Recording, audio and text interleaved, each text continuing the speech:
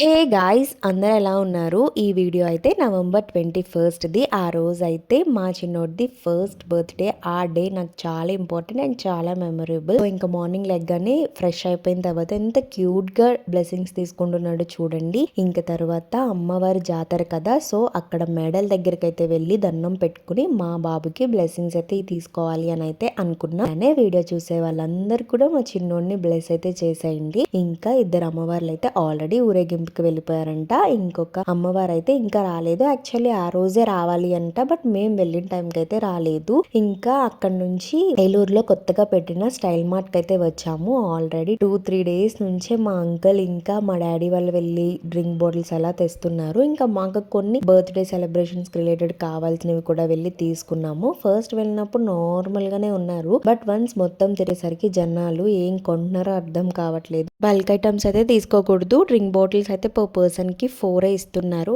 Next videos కోసం channel subscribe చేసుకోండి.